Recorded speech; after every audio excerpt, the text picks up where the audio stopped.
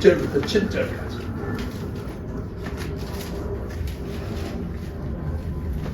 찾으신 줄 알고 제가 한 절 읽고 여러분들이 한 절 읽고 교독하면서 있습니다.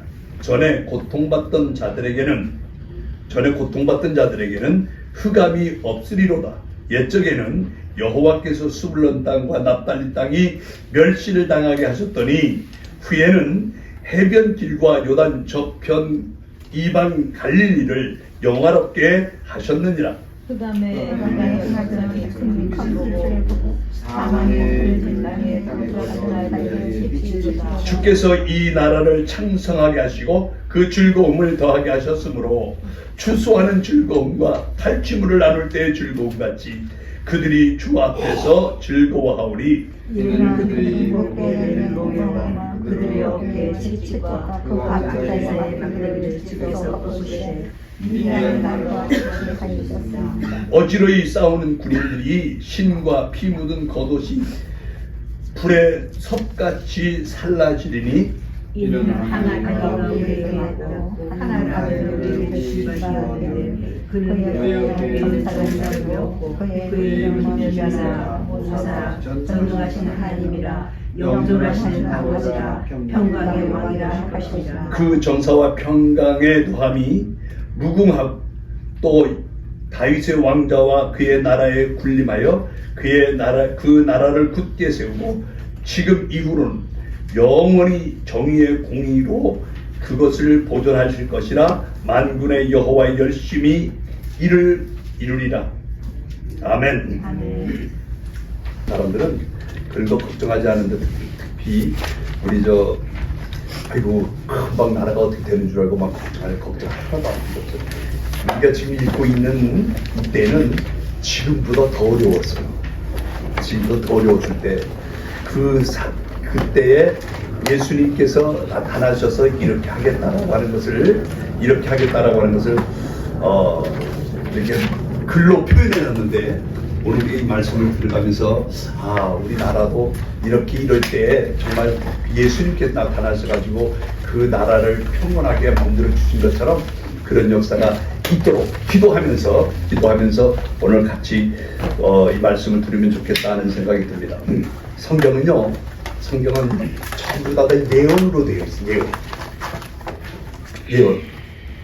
우리 성경은 요즘 늘 배웁니다만은 지금도 마찬가지고 성경은 전부 다 지금 되어진 일, 앞으로 되어질 것이 이렇게 된다라고 다 성경에 기록해 놨거든요. 그러니까 앞으로 세상이 어떻게 될 건가도 다 성경에 어떻게 했다고 기록해 놨어요. 안 믿어도 기록해 놨어요. 정말 저는 성경을 보면서 태어나지도 않았는데 있지도 않은데 우리가 쉽게 말하면 우리 새벽예배 요즘 공부하는 요시야라고 하는 왕이 태어나지도 않았는데 이 왕이 앞으로 태어날 것이고 이가 나라를 다스릴 것이고 이가 이런 일을 할 거다라고 하는 거죠. 성경에 다 기록해 놨다니까. 우리가 고레스 왕을 그러는데 고레스 왕이 태어나지도 않았고, 고레스는 바벨론에 태어난 사람도 아니야.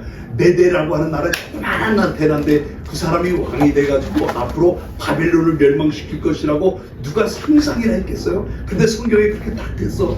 그 다음에 고레스가 왕이 딱 됐을 때 거기에 총리가 누구냐면 다니엘이었어. 다니엘이 성책에 들어가서 왕이여, 당신이 이렇게 왕이 될 것이, 바벨론 나라를 멸망시키고 왕이 될 것이라고 여기에 기록되어 있습니다. 그러니까 아니 고레스가 볼 때 말도 안 되는 소리잖아. 우리가 조그만 나라가 이 큰 대국의 미국을 멸망시키고 당신이 이 나라의 왕이 될 것이라고 믿을 사람 누가 있겠어요? 근데 성경은 그렇게 돼 있어요. 그래갖고 고레스가 깜짝 놀라는 거야. 아니 내가 왕이 될 것이라고 성경책에 기록돼 있다고? 그래서 다니엘이 묻는 거예요. 그럼 내가 해야 할 일이 뭐라고 기록돼 있냐 그랬더니 다니엘이 딱 얘기하는 거야. 이스라엘 나라를 어떻게 하라고? 해방시키랍니다. 그래서 이 바벨론에서 이스라엘 나라가 회복되는 거예요. 오늘도 똑같은 얘기예요. 저는 오늘 여러분들과 같이 재미있게 은혜스럽게 이 시간 같이 은혜 나누려고 그럽니다. 오늘은 우리가 잘 아는 대로 이사야서 9장 1절부터 시작해서 7절에 있는 말씀을 가지고 같이 은혜를 나누려고 해요. 여러분 이제 지금 성탄절이 됐는데 성탄절 때 가장 받고 싶어하는 선물이 뭐예요? 내가 받고 싶어하는 선물. 사람마다 다 다르겠지만 저는 여러분들이 받고 싶어하는 선물을 모두 받았으면 좋겠습니다. 아멘. 원하는 선물을 받는다라고 하는 것은 너무너무 행복한 일인데, 그러면 한번 이렇게 생각해 보세요. 나라가 없는 사람들이 선물 받고 싶은 것이 뭐가 있을까? 나라를 도로 찾아와 주면 좋겠다라고 하는 것이 가장 큰 선물 아니겠어요? 오늘 성탄절을 맞이하면서 여러분들에게 그런 은혜가 있게 되기를 주님의 이름으로 축원합니다. 성탄절은 하나님께서 우리에게 누구를 선물한 거야? 아들 예수를 선물해 준 날이 성탄절입니다. 우리가 볼 때 성탄절에 선물 받았다, 아들 예수를 보냈다고 하는 것이 아무런 의미가 없고 별로 재미가 없는 것 같지만, 그 아들 예수가 이 땅에 오셨기 때문에 우리가 죄를 용서받을 수 있을 겁니다. 인간들의 죄를 용서받는 것이 그 아들이 이 땅에 오셨기 때문에 우리가 영생을 얻을 수 있고, 그 아들이 이 땅에 오셨기 때문에 우리가 하나님과의 모든 것이 다 허물어지는 그런 역사가 있었던 거예요.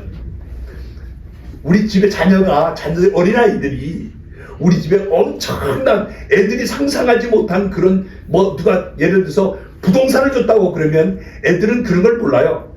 어른들은 좋아하지만 애들은 기뻐할까 안 기뻐할까? 있으면 그만이고 없으면 그만이고, 애들은 그런 걸 몰라. 그런데 우리가 가만히 한번 생각해, 예수님께서 하나님께서 예수님을 우리에게 선물로 주셔가지고 너희들의 죄를 다 용서해주고 내가 너희들의 영생을 얻도록 만들어주겠다라고 한다면 그것보다 더 큰 선물이 없다라니까요. 왜냐하면 우리 인간들은 다 내가 이 땅에서 죽으면 그걸로 끝나는 줄 알고 있는데, 우리가 지옥 가지 않고 영생을 얻도록 하나님께서 만들어준다라고 하는 그것이 얼마나 큰 선물인가를 성경은 우리에게 다 기록해놓고 있어요. 그래서 예수님께서 이 성탄절에 온 것은, 우리가 잘 기억해야 되는 것은, 구약시대 때에도 예수님께서 역사했고 예수님이 다 기록해놨는데, 우리는 지금 교회에서 잘못 착각하고 있는 것이, 예수님은 구약이 지나고 신약 때 마리아의 몸에 태어나가지고 애기 예수로 있다가 우리가 이렇게 된 걸로 생각하고 있기 때문에 예수님에 대해서 깊이 예수님은요, 이 세상에 만물을 창조할 때에도 만물이 그로 말미암아 지어지지 않은 것이 하나도 없다고 할 정도로 예수님은 태초에 하나님께서 세상을 창조할 때부터 직접 개입하시고 우리 가운데 역사했다는 것을 우리가 성경을 통해서 너무나 잘 압니다. 그래서 오늘도 예수님께서, 오늘 이 성경은 예수님이 탄생하기 700년 전에, 몇 년 전에? 700년 전에 이사야 선지자에게 예언했던 말씀을 여기다 기록해 놓고 있는 거예요. 그렇기 때문에 이것은 우리 앞으로 700년 뒤에 우리 땅에 우리가 무슨 일이 일어날지 아무도 모르잖아. 그런데 예수님은 하나님께서 700년 전에 이 땅의 사람들에게 죄를 용서하고 그 영생을 얻게 하기 위해서 내가 이렇게 보내겠다라고 하는 것을, 누구를 보낸다고? 예수를 보내겠다라고 하는 것을 성경에 기록해 놓고 있다라고 하는 것이 아주 묘한데, 그 700년 전에 예언한 그대로 예수님께서 이 땅에 오셨고, 예수님께서 이 땅에 오셔가지고 모든 것을 다 이루었다라고 하는 것이 너무너무나 귀한 일이에요. 여기 보면, 성경에 보면, 처음에 가만히 보세요. 여기 1절 한번 읽어봐요. 시작. 전에 고통받는 자들에게는 흑암이 없으리라. 누가 오면? 예수가 오면 전에 흑암에 있던 사람, 고통을 받던 사람들에게는 흑암이 없어지라. 옛적에 여호와께서 스불론 땅과 납달리 땅을 멸시를 당하게 하였더니, 여기 스불론 땅과 납달리 땅이라고 하는 것이 정말 중요한 얘기인데, 이스라엘 지도 가운데 이렇게 갈릴리 바다가 있죠. 갈릴리 호수가 있고 이렇게 줄 하나가 내릴 요단강이 있고 그 다음에 밑에 사해가 있는데, 그 납달리와 스불론 땅은 그 위에 갈릴리 바다에 있는 위쪽을 말하는 거예요. 거기에 누가 거기에 오겠다고? 예수가 거기에 오겠다라고 하는 거예요. 이것은 성경의 마태복음 4장 15절에 보면 예수님께서 그곳이 바로 뭐냐? 갈릴리 바다였고 그곳이 바로 베들레헴이 있는 그곳에서 누가 오겠다라고 하는 거야? 예수가 그곳에 오겠다라고 하는 거야. 그러니까 우리나라에 오는 것이 아니라 그 이스라엘 나라 땅에 여기에 있는 것처럼 여기 여호와께서 수불론 땅과 납달리 땅에 멸시를 당하게 하셨다. 옛날에는 그곳이 이방 사람들이 많이 들어오고 사마리아가 그쪽에 있고 그 이방 나라 다른 신들이 많이 섬기는 자들로서 꼭 쳐들어오면 북방에서 이렇게 쳐들어오는데 그 나라에 그때는 그것도 역시 하나님께 다 알고 있었는데 수불론 땅과 납달리 땅이 멸시를 당하였더니 이제는 그곳이 뭐가 되냐? 갈릴리에서 갈릴리가 너희를 영화롭게 하니 갈릴리는 누구야? 예수님께서 함께 지내고 함께 제자들을 삼고 이렇게 했던 곳이 어디야? 갈릴리잖아. 갈릴리 다 제자들 다 갈릴리 사람들. 그렇기 때문에 오늘 여기서 이것만 봐도 하나님께서 이 요단 저편에서 이방 갈릴리 여기 마태복음 4장 15절에는요 갈릴리를 뭐라고 해야 돼? 이방의 갈릴리라고 해요. 이방의 갈릴리. 이방 사람들, 아주 나쁜 사람들, 저질 사람들, 우리로 말하면 아주 촌 사람들. 그래서 예수님께서 이렇게 그곳에 태어났는데 그곳에 태어나가지고 어떻게 뭘로 태어나냐면 흑암에 행하던 백성이 뭘 본다고 이제 큰 빛을 본다. 그 빛이 누구를 말하냐? 예수를 말하는 건데 그 사망에 그늘진 곳이 다 저주하던 곳이 빛이 비치게 된다. 그렇게 예수님께서 태어나기도 전에 거기에서 어느 땅에서 납달리와 수불론 땅에서 예수님이 탄생할 것, 우리가 정말 예수가 탄생할 건데 그 사람들이 뭐냐? 다 빛을 보게 된다. 그런데 그것이 중요해. 앞에 보면 1절에 있는 거예요. 고통받던 그들에게는 흑암이 없다. 흑암도 이제 없어진다. 근데 그것을 누가 그렇게 만들었느냐? 거기 밑에 있잖아요. 옛적에는 누가? 여호와께서. 옛적에는 누가? 하나님께서 그렇게 만들었다라고 하는 거야. 옛적에는 하나님께서 그렇게 만들었는데 그곳에서 누가 나서 예수가 나가지고 그것으로 말미암아 모든 사람들이 이제 그 빛 안에 거하게 된다. 하나님은 우리가 성경에 보면 참 귀한 것이 하나님께서 우리같이 못난 사람들 찾아오셔서 우리에게 역사해 주는 것이 너무너무 귀해요. 여러분 예수님의 모든 것은 다 예언되어 있었다. 우리가 잘 아는 대로 이새의 자녀 한 장 성경책에서 이렇게 한 장 떡 넘기면 11장이 나와 있어요. 한 장 떡 넘기면 거기 보면 보세요. 거기에 11장 1절 1장 시작 이새 줄기 이새가 누구야? 이새가 다윗의 아버지. 쉽게 말하면 솔로몬이 이제 거기에서 저 바세바하고 관계에서 아기가 나는데 거기에서 누가 나냐? 이새가 나는데 예수님은 어디에서 난다고? 이새의 줄기에서 난다. 이새의 줄기에서 난다. 12절에도 아니 여기 옆에 그 10절에도 마찬가지. 그날에 이새의 뿌리에서 여기 한 싹이 나가지고 그가 세상을 통치하는 왕이 될 것이야. 야, 성경에 아직도 기록되지도 않은, 아직도 태어나지도 않았는데도 불구하고 저는 요즘에 사실 제가 참 목사로서 얼마나 하나님 앞에 감사하면서 살아가는지 이 성경에 이렇게 기록되어 있는 걸 보면 여러분 우리가 이렇게 교회에서 신앙생활 같이 하고 하나님의 자녀 될 것이라고 하는 것을 하나님께서 다 기록해 놓고 있다라고 하는 사실, 내가 움직이는 걸 다 기록해 놓고 알고 있다라고 하는 사실을 믿으시게 되길 바랍니다. 아멘. 이게 정말 너무너무 귀해요. 어떻게 이렇게 예수님께서 탄생해가지고 심지어는요 예수님께서 십자가 위에서 나의 하나님이여 엘리 나마 사막단이라고 하잖아. 그건 그냥 예수님이 하고 싶어서 한 말이 아니라 성경에 구약 성경에 그 말을 하도록 되어 있었어요.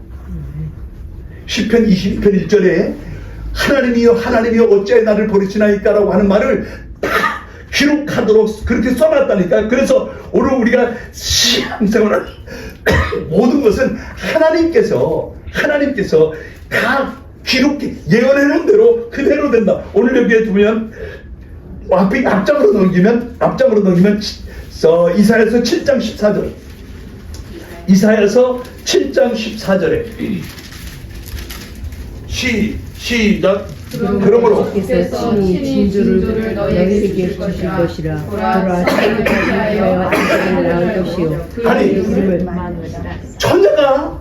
처녀가 잉태해가지고 아들을 낳는다. 누가 그렇게 낳았어요? 예수가 그렇게 태어나기도 전에 700년 전에 이사야 선지를 통해서 너희 죄를 사할 구주가 나는데 그러니까 우리가 성경을 볼 때 그냥 이렇게 보면 아무런 의미가 없는데 그가 이렇게 한 여자가 처녀가 아들을 낳는다는 것이 말도 안 되잖아. 미가서 5장 2절에 보면 그가 탄생한데 어디서 탄생한다? 베들레헴에서 탄생한다. 베들레헴에서 어디서? 베들레헴에서 누가 그러니까 베들레헴에 지금 마리아하고 요셉은요 베들레헴에서 거기 사는 사람들이 아니야. 자기 아버지 이세의 고장이에요. 이세.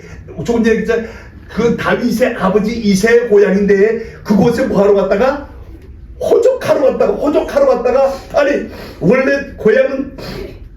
원래 살고 있는 데는 그곳이 아닌데 하나님께서 뭐 하라고 그랬다고 이제 그때 호적을 하러 갔다. 그래 호적하러 가가지고 거기서 누가 태어나는 거야? 예수가 태어나는 거야. 원래는 거기에 살던 사람들이 아닌데 그것이 바로 뭐냐? 성경이라고 하는 거야. 오늘 우리가 성경이라는 걸 볼 때 어떻게 이렇게 정확하게 처녀가 잉태해서 아들을 낳을 수 베들레헴에 탄생할 것 그의 죽음에 대한 것도 다 성경을 기록해놓고 그가 이렇게 죽을 거다라고 하는 것까지 다 기록해놨다고 하는 것이 성경이 너무너무 신기하고 너무너무 정말 성경이 이런 거구나. 여러분 이 성경은 우리가 교회를 다닌다고 성경을 배운다 이것은요 교회 다니는 사람뿐만 아니라 교회 안 다니는 사람도 마찬가지. 여기서 통치가 이루어지고 여기서 모든 게 다 되어진다. 그런데 조금 전에 읽었던 9장 6절을 한번 읽어보세요. 9장 6절 시작. 이는 한 아기가 우리에게서 낳고 한 아들을 우리에게 주신 바 되었는데 그의 어깨에는 정사를 메었고 그의 이름은 기묘자라 모사라 전능하신 하나님이라 영존하시는 아버지라 평강의 왕이라 할 것임이니라. 누가 그렇게 한다고요? 예수님. 예수님은 이 땅에 오실 때 무엇으로 오시느냐? 빛으로 오신다. 빛으로. 여기 1절과 2절에 그렇게 말씀하고 있잖아요. 흑암이 이제 빛이 없었는데 흑암이 행하던 그 백성들에게 큰 빛을 보고 큰 빛을 보고 사망의 그늘진 땅이 거둔 자들에게 빛이 도다.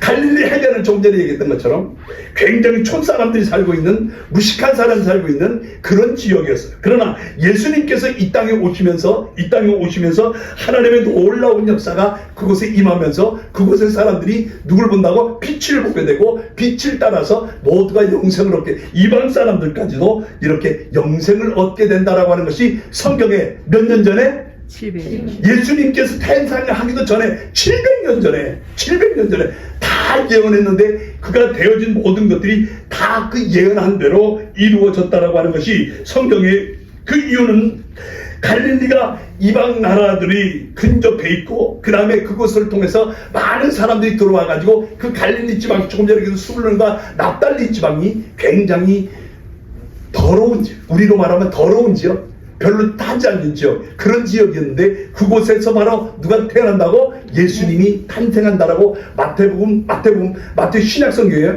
마태복음 4장 15절에 진짜 태어나기는 그쪽 태어났다. 그것이 가만히 보니까 왜 거기서 태어났느냐? 성경에 그렇게 되어 있더라라고 하는 거예요. 그러므로 오늘 우리가 그 마태복음 15장 16절에서 4장 15장 16절에서 말씀한 것처럼 갈릴리에서 태어나가지고 갈릴리 사람들이 어떻게 되느냐? 이제 거기 보세요.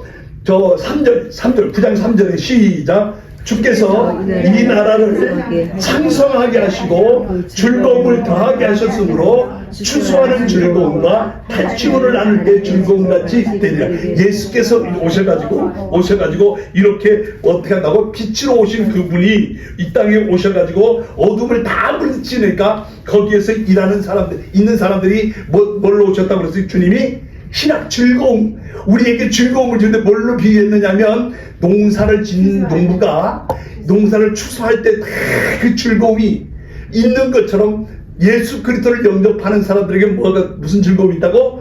추수하는 즐거움과 탈춤을 전쟁에서 이겨가지고 전시물을 서로 나눠갈 때 그때 즐거움같이 되리라. 누구를? 예수 그리스도를 갖다가 이렇게 보내주는데 그 빛이 오면 이런 역사가 이루어진다라고 하는 것을 우리에게 가르쳐주고 있는 겁니다. 그러므로 오늘 여기에 있는 그 말씀처럼 즐거움이 아주 춤추시 즐겁고 행복한 그런 시간이 예수님께서 오셔서 그런 것을 우리에게 주기로 위해서 오셨다고 했는데, 그는 왜 그러냐 하면 왜 그렇게 즐거워하느냐면 4절 말씀에 4절 시작. 이는 그들이 무겁게 된 멍에와 그들의 어깨의 채찍과 그 압제자의 막대기를 주께서 꺾으시고, 주께서 오시는 분이 그 무겁게 맨 멍에도 꺾고 어깨의 채찍과 압제의 모든 것을 꺾으시고 미디안 나라와 같이 하셨습니다. 할렐루야. 아멘. 예수님께서 오셔서 그렇게 역사하도록 만들. 여러분, 여기에 미디안 날이라고 하는 것이, 미디안의 날이라고 하는 것이 어떤 거냐면 사사기서에 보면 기드온이 이제 300용사를 이끌고 나가서 싸움을 하는데 그쪽 에돔 사람들은 몇 명이냐면 13만 5천 명입니다. 13만 5천 명을 300명이 데리고 나가서 싸워가지고 13만 5천 명을 이겨버렸어. 즐거움이 얼마만, 그러면 우리가 300명 군사를 이끌고 나가서 13만 5천 명을 이겼으면 그 즐거움이 클까 작을까? 엄청나게 그러니까 그 예수님께서 이 땅에 오신 즐거움이, 이 땅에서 오신 즐거움이 무슨 날과 같다고 비유를 하기를 미디안의 날과 같게 하리라.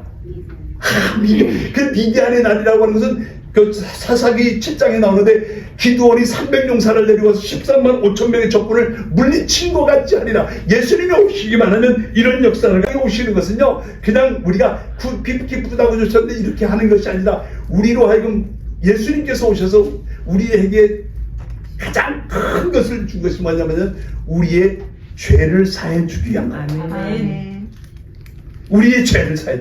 아담과 하와가 이루어지는 내려가는 죄가 누구로 말미암아? 예수 그리스도로 말미암아 다 사함받게 되는데, 그 죄 사함을 받았기 때문에 우리가 영생을 얻었고 우리가 생명을 얻게 되는데, 그것을 갖다가 여기다 이렇게 기록해서 그날의 즐거움이 얼마나 크냐 하면, 농부가 1년 동안 농사를 잘 짓고 난 다음에 뭐하는 즐거움같이, 추수하는 즐거움같이 전쟁터에서 얻은 것을 갖다가 전리품을 서로 나누어가는 것처럼 그렇게 만들어지리라. 그래서 이제 여기에 보니까 그때는 어떻게 5절 말씀해 보니까 시작. 어찌로 이 싸우는 군인들이 신과 피 묻은 겉옷이 불의 솥같이 사라진다. 이제 그때는 이 예수님께서 오시면 이 전쟁이라든가 옷에 피 묻은 것이라든가 이런 것들이 다 사라지고 이렇게 되는데, 그것이 왜 그렇게 되느냐 하면 한 아기가 이제 우리에게서 태어나죠. 여기에 보니까 6절 말씀에 시작. 이는 한 아기가 우리에게서 낳고 한 아들을 우리에게 주셨습니다. 한 아기. 이제 그 아기가 지금 태어났어, 안 태어났어? 아직도 태어날 생각도 안 하고,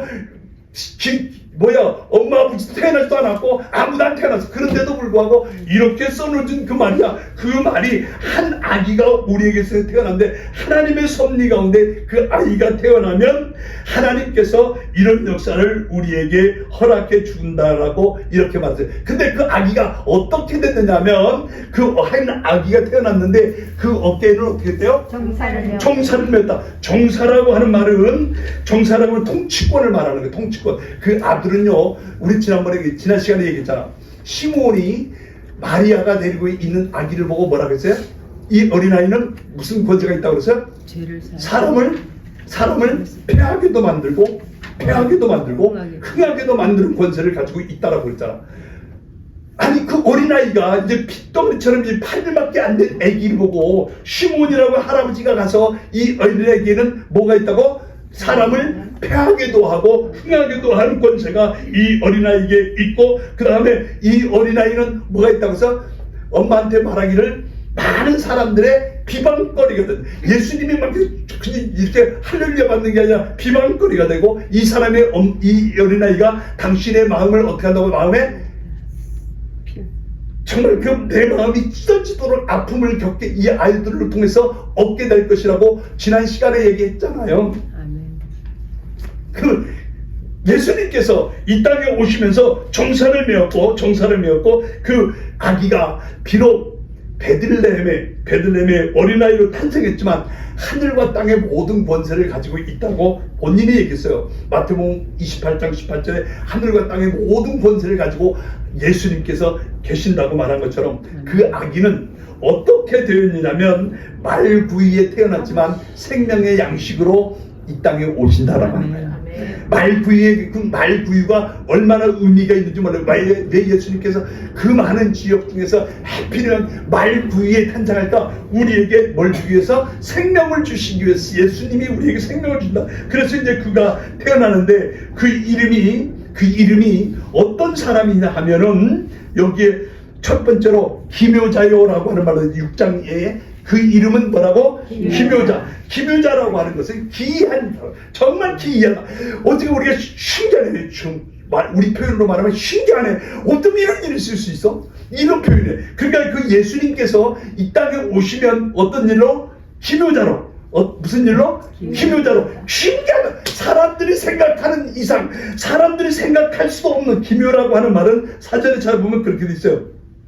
인간의 이성으로 이해할 수 없는, 인간의 이성으로 이해할 수 없는 아주 오묘한 그 자체라고 하는 거야. 그리고 예수님께서 이 땅에 오시는 것은 인간의 이성으로, 이 머리로 계산하는 것이 아니고 예수님께서 하신 일을 갖다가 머리로 그래서 말도 안 되는 소리 하지.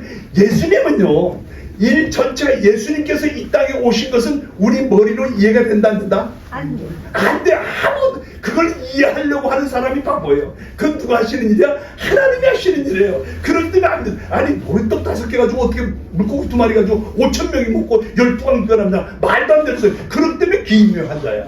그럴 때 예수님께서 이 땅에 오셔서 하는 일은 모두가 무슨 자라고 뭐 하는 거라고? 기묘하다. 여러분 교회에서 행하는 이것을 갖다가 이성적으로 배운 지식 가지고 학문 가지고 이해가 된다고요? 아무것도 이해 안 되는 것이 바로 뭐냐? 하나님께서 하시는 일이에요. 아멘. 이것은요, 세상 머리 가지고 계산하려고 하는 사람들은 정말 여기 보면 성경에 보면 바보예요, 바보. 그래서 말씀으로 행하는, 예수님께서 가르치는 것도 다른 사람과 같지 않고 완전히 권세 있는 교훈을 가지고 가르친다라고 말한 것처럼 예수님께서 이 땅에 오신 것, 말씀이 육신이 되어서 마리아의 몸을 통해서 이 땅에 태어나신 것이 그게 기묘한 거야. 그날 예수님께서 말씀하시니까 기적이 일어나, 물이 변해서 포도주가 되고 죽은 자가 살아나고 막 병자들 낫고, 이것이 바로 뭐냐? 기묘자라고 하는 거야. 예수님은요, 이 땅에서 되어오셔서 비록 33년밖에 살지 않고 이 세상을 떠나지만 그가 이 세상에 오셔서 한 모든 일은 뭐로 오셨다고? 기묘자로 오셨다. 예수님은 언제나 그렇게 잉태하는 것부터 시작해서 죽는 것까지 이해가 되지 않는 거, 우리가 조금 전에 얘기했던 기묘자라고 하는 것은 기이한 일로 우리가 이해할 수 없는 일을 갖다가 뭐 한다고? 기묘자라고 하는 말로 기록되어 있는 거. 두 번째로 뭐라고 했어요? 기묘자라 모사라.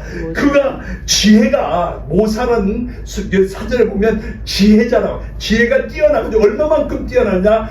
우리 사람들이 상상할 수 없는 그런 모사를 가지고 있다라고 성경에 우리에게 가르치게 돼. 우리가 지금 물어보면 그 모사라고 하는 말은 무슨 말이냐면 보혜사 성령과 같은 일을 하는데, 우리가 지금 이렇게 신앙생활 할 때 그냥 되어지는 것이 아니라 성령께 의지하고 성령께서 우리를 도와주면, 그러니까 기묘한 사람, 묘한 사람, 모사, 이런 것을 가지고 있는 분이 누구냐? 바로 예수님이라고. 태어날 예수님이 바로 그런 것을 가지고 있다라고 하는 거예요. 그래서 그 사람 태어나면 전능하신 하나님이 육신을 입고 오는데, 잘 보세요. 이거 중요한 내용이냐? 왜 예수님께서 그렇게 전능하신 분이, 전지하신 분이 인간의 몸을 통해서 육신을 입고 이 땅에 오셔요. 우리 성탄절 이제 기쁘다 구주셨네 그렇게 찬송하는데, 왜 인간의 몸을 입고 이 땅에 오셨느냐라고 하는 얘기야. 왜 그분이, 하나님께서 인간의 몸을 입고 이 땅에 오셨느냐라고 하는 거야. 우리에게 피를 주려고 해요. 피. 쉽게 말하면 우리 죄인들이, 하나님은 영이기 때문에 피가 있다 없다?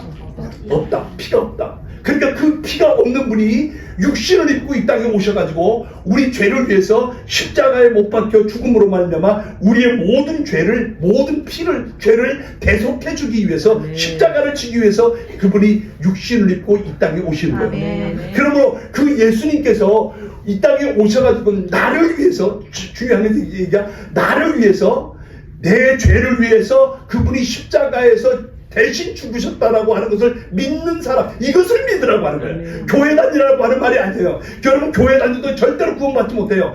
예수님께서 나를 위해서 십자가에서 피 흘려 죽었다라고 하는 이 사실을 믿어야만 우리가 구원받는다.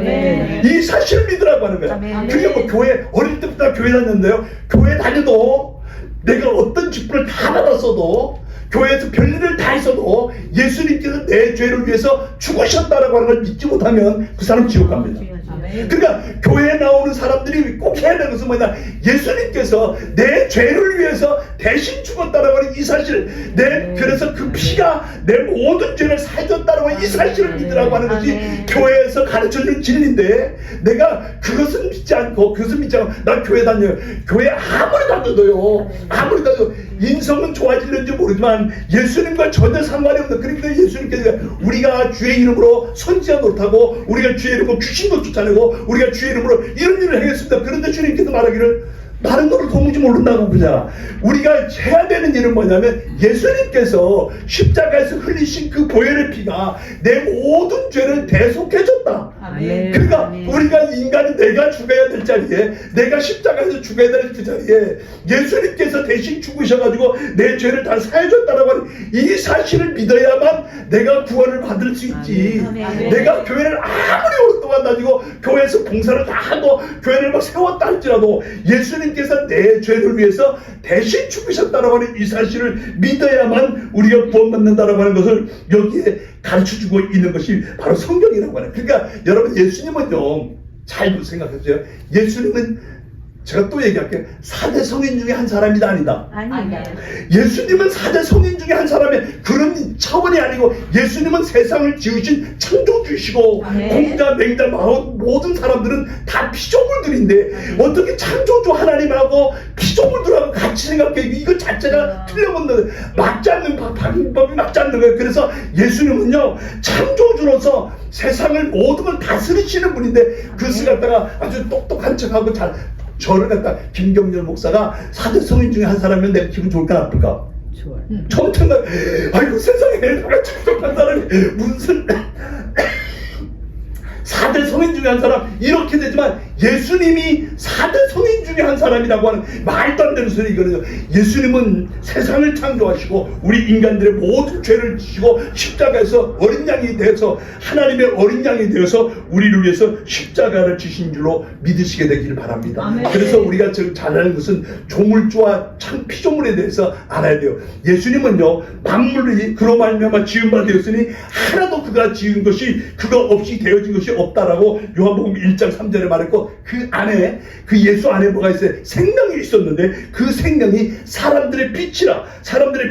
그러므로 저희가 그 빛을 받으면 뭐가 됐냐? 영생을 얻도록 거기에서 생명이 난다라고 하는 것이 오늘 우리에게 주어져 있는 겁니다. 여러분, 그 성탄절은 우리가 그냥 기뻐만 하고 막 즐거워하는 것이 아니라, 이 성탄절의 의미를 보면 다음 주 제가 성탄의 의미에 대해서, 예수님께서 이 땅에 오신 것은 우리로 하여금 생명을 주려고 이 땅에 오셨고, 우리 죄를 사해 주려고 오셨고, 우리로 하여금 하나님 앞에 정말 영광 돌리는 그런 그러니까 그분이 다 성경 전체가 다 그래서 예수의 이름으로, 예수에 대해서 기록해놓고 예수로 말미암아 살아갈 수 있도록 만들어 놓은 것이 바로 성경입니다. 그러면 우리 교회는 예수님의 몸된 교회야. 이거 우리가 자꾸 요즘에 배웠다는 사람들이 똑똑한 척하고, 교회는요 에클레시아라고 해, 그래가지고 모인 사람들의 무리라고 하지만, 그걸 그것이 바로 뭐냐, 사탄이 자꾸 교회를 약화시키는 거야. 약화. 우리 잘 알아듣는, 교회는 만왕의 왕 만주의 주가 되시는 예수님께서 하나님이 거룩한 분이잖아. 거룩한 분이 이 땅에 거할 데가 어디요? 아무데도 없어요. 그래서 내가 예수님께서 뭐라고 말해? 말이야, 내가 거할 처소를 만들어 달라. 내가 이 땅에 오셔서 와가지고 이 땅에 같이 있고 싶은데 이 땅에 내가 거할 곳이 아무데도 없다. 그래서 지라고 한 것이 바로 뭐냐, 성전이요, 성전. 우리가 이 영안교회가 비록 작아도 아무것도 아닌 것 같지만 하나님께서 같이 계시는 이곳이, 그래서 우리가 교회 들어올 때 내가 그냥 이렇게 들어오는 게 아니라 하나님, 내가 주님 만나러 여기 왔으면 여기 뭐 하는, 주님 만나는 데야. 아멘. 주님 만나기 위해서 교회 들어오는 거야. 그렇기 때문에 교회가요, 얼마나 하나님께서 뭐라고 했냐면, 내 주의 몸된 교회로서 하나님이 영원히 거하실 곳, 영원히, 역대하 6장 2절에 그렇게 기록했는데, 교회는 하나님 앞에 예배하고 제사하는 곳이야. 그리고 교회는 다른 것이 하는 것이 목적이 틀린 거예요. 교회는 뭐 하는 곳이라고? 예배하고 제사하는 곳, 예배하고 제사하는 곳. 그 다음에 교회는 뭐 하는 곳이야? 만민이 기도하는 집이라고 했어요. 교회는 다른 것 하는 것이 아니라 교회는 만민이 기도하는 집. 내가 교회에서 기도하면 하나님께서 반드시 응답해 주시고 역사해 준다는 것을 꼭 기억하면서 하나님 앞에 나와서 날마다 기도하게 되기를 주님의 이름으로 축원합니다. 교회에서 기도하는 것하고 집에서 기도하는 것하고 내가 일하면서 기도하는 것하고 내가 낚시하면서 돌면서 기도하는 것 다르다니까요. 교회에서 기도하면 여기 누가 계시는 곳이야? 하나님이 계시는 곳이. 그래서 교회가 정말 귀한 곳이고, 그 다음에 교회는 뭐 하는 곳이냐? 예수님의 몸된 교회는 말씀이 선포되는 곳. 쉽게 말해서 목사가 설교하는 곳이 바로 어디야? 교회입니다. 교회에서 말씀이 선포되고 그 교회에서 말씀을 듣는 사람들이 어떻게 되냐? 여기 출애굽기 20장 24절에 복받는 곳이다. 아멘. 우리가 복받는 곳이 다른 데가 아니라 복받는 곳은 교회야, 교회. 그래서 성전에 가서 날마다 이렇게 하나님 앞에 기도할 때 하나님께서 축복하시고, 이 교회는 누가 통치하느냐? 하나님이 통치하는 곳이야. 교회는 예수님께서 여기 그 전청사와 평강을 그가 가지고 있다고 그랬잖아. 그래서 교회는요, 날마다 하나님 앞에 예배하면서 그 교회를 통해서 하나님의 놀라운 역사가 나타나는 것이 바로 뭐냐? 교회입니다.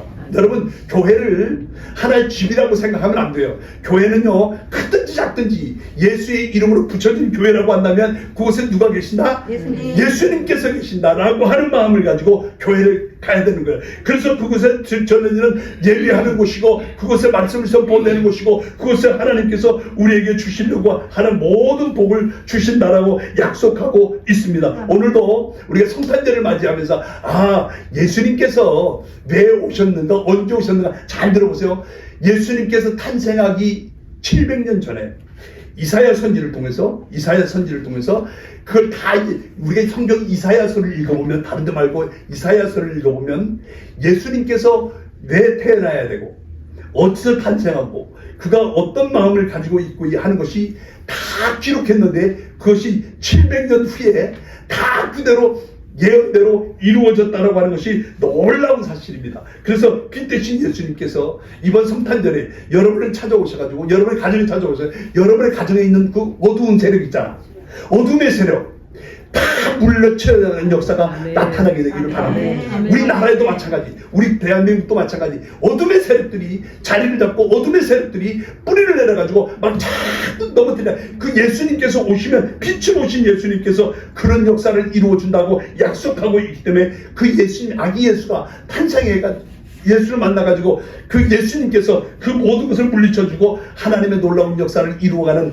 그것이 바로 하나님의 계획이고 구원의 섭리입니다. 그래서 예수가 오신다라고 하는 것이, 교회 다니는 사람들도 뭐 기쁘다고 주셨는데 거룩한 먹어야 한번 이거 찬송 부르라고 하는 이런 것이 아니라, 예수님께서 이 땅에 오셔서 뭐 하라고? 우리의 모든 죄를 사해 주려고, 우리의 모든 죄를 사해 주시고 우리가 영원히 살도록, 우리가 영원히 그냥 한평생 이해가 잘 안 되는 것이 뭐냐면, 세상에 내가 그것을 알지 못했기 때문에. 성경을 보면요, 성경에 그렇게 다 예언되어 있어요.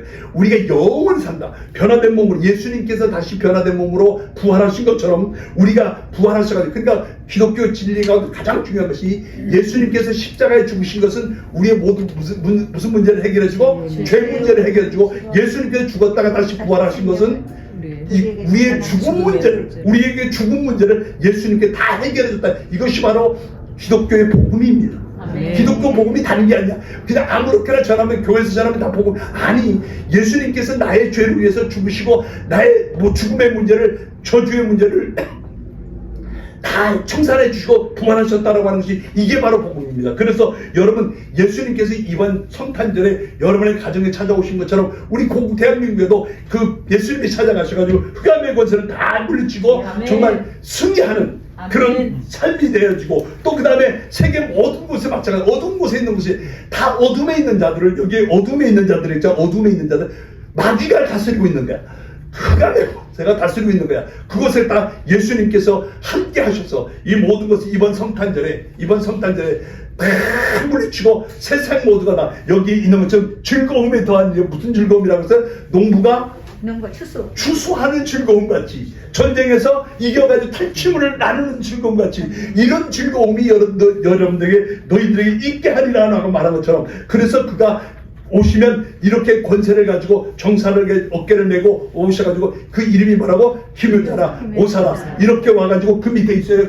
계속해서 이런 모사라 전능하신 하나님이라 영존하시는 아버지라 평강의 왕이라 할 것입니다. 누가? 예수가 이번 성탄절에 그 예수께서 여러분의 가정마다 자녀들에게 있는 그 흑암의 권세가 딱 사라져야 돼요. 자꾸 나쁜 쪽으로 가는 거야. 이걸 다 사탄의 역사예요. 마귀 역사. 그래서 그런 것들이 다 사라져서 하나님의 영광이 드러나는 이번 성탄절 되기를 주님의 이름으로 축원합니다.